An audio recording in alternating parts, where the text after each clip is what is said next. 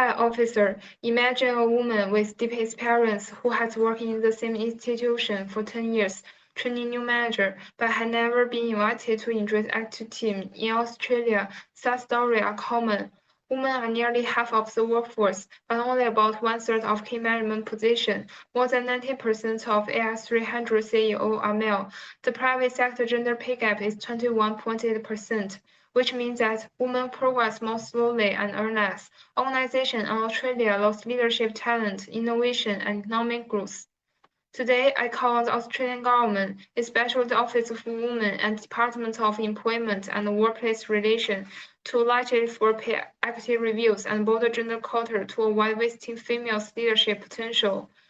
Opponents argue that quota and pay equity audience not only increase administrative and compliance costs, but also risks weakening corporate reputation and subsequently investor confidence. When large gender pay gaps are disclosed, these concerns matter to government policymakers because they are directly related to employment, economic growth, and business confidence. But do they actually support these concerns? Evidence from Norway and Australia shows these concerns are overstated. As shown in the chart, in Norway, after both gender quota were introduced, companies' profit margin recovered after the global financial crisis and stand stable even as women research around 40% of board seats. The 2025 Gender Equality Insight report shows that 1 billion AS-listed companies stand to give about 93 million in value on average when its active team become gender balanced.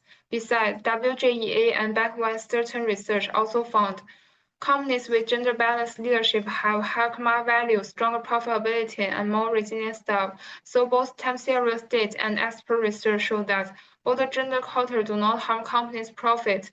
Therefore, these companies' concerns should not be an obstacle to the government's effort to promote both gender quota and pay equity audience.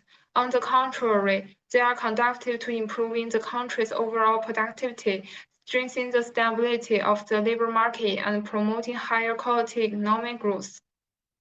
Government should require large employers to conduct annual pay equity audits and publish the results, giving the Office for Women and DEWR transparent data. Second, introduce feasible gender quotas so these companies reach 40% women within a set time frame. In Norway, 40% border quota do not reduce profit margin, showing that at this level do not harm performance.